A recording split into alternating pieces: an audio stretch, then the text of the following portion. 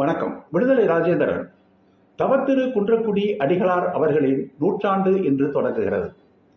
அவருடைய பெயர் இளைய தலைமுறைக்கு அறியப்படாத ஒரு பெயராக இருந்திருக்கக்கூடும். குன்றக்குடி அடிகளார் யார்? சைவ சமயத்தை போற்றிய ஒரு துறவி. சாதி தீண்டாமை எதிர்ப்புக்கு எதிராக குரல் கொடுத்த ஒருவர்.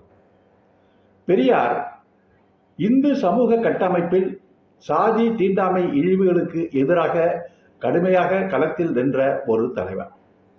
இதற்கு கடவுளும் மதமும் ஆதாரமாக கூறப்பட்ட போது அந்த கடவுளையும் மதத்தையும் கடுமையாக விமர்சித்த ஒரு தலைவர் பெரியார். அடிகளாருக்கும் பெரியாருக்கும் இடையே ஒரு கருத்தொற்றுமை உருவாகி கருப்பு சட்டை பெரியாரும் காவி உடை அடிகளாரும் ஒரே மேடையில் தமிழ்நாட்டில் மேடையை பகிர்ந்து கொண்டு மக்களிடையே சாதி எதிர்ப்பு தீண்டாமை எதிர்ப்பு பேசி சமத்துவத்தை பேசினார்கள் என்பது தமிழ்நாட்டினுடைய வரலாறு. அத்தகைய ஒரு தமிழ்நாடு இந்த நாட்டில் கட்டமைக்கப்பட்ட காரணத்தினால்தான் இன்றைக்கும் தமிழ்நாட்டில் மதவெறி சக்திகள் இந்துத்துவ சக்திகள் காலூன்ற முடியாத ஒரு நிலை தமிழ் மண்ணில் நிலவிக் கொண்டு இருக்கிறது. 1952 அடிகளார் பெரியாருடைய கடவுள் மத மறுப்பு கொள்கைகளை கடுமையாக அவர் விமர்சித்தார். அவர் உருவாக்கிய அருள் நெறி திருச்சபை என்ற அமைப்புக்கும் திராவிடர் கழகத்துக்கும் இடையே 4 ஆண்டுகள் கடுமையான போராட்டங்கள் நடந்து கொண்டுதான் இருந்தன.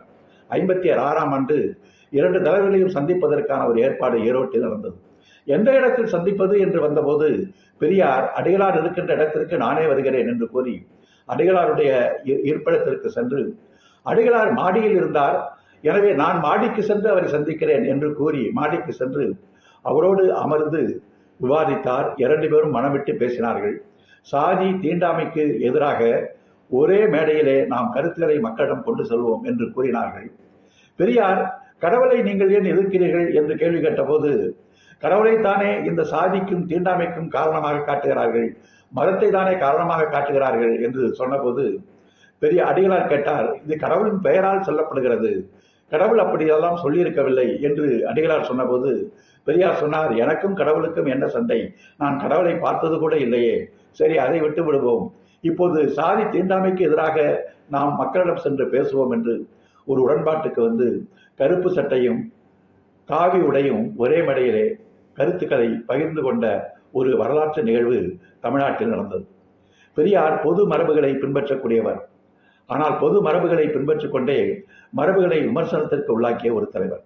பெரியார் கடவுள் கருத்தில் மாறுபாடு இருந்தாலும் கூட பொது அவையில் கடவுள் வாழ்த்து பாடுகின்ற போதும், பெரியார் தேசியத்தில் நம்பிக்கை இல்லாமல் இருந்தாலும் கூட பொது அவையில் தேசிய கீதம் பாடுகின்ற போதும் தள்ளாத வயதிலும் எழுந்து நின்று மரியாதை செலுத்தக்கூடிய ஒரு தலைவர்.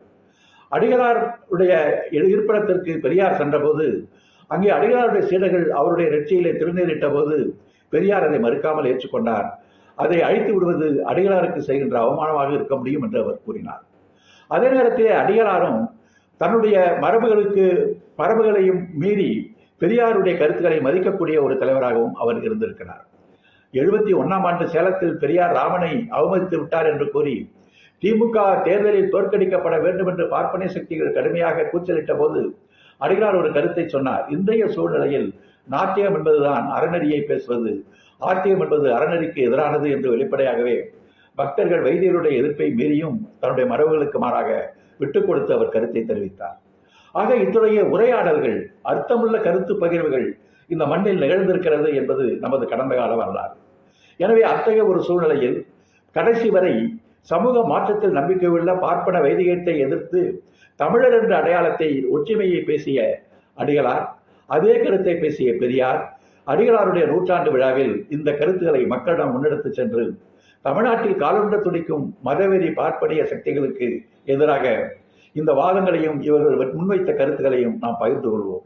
அடிகளாருடைய ஆன்மீகம் என்பதும் சமத்துவத்தை பேசியது, பெரியாருடைய மானிடம் என்பதும் சமத்துவத்தை பேசியது.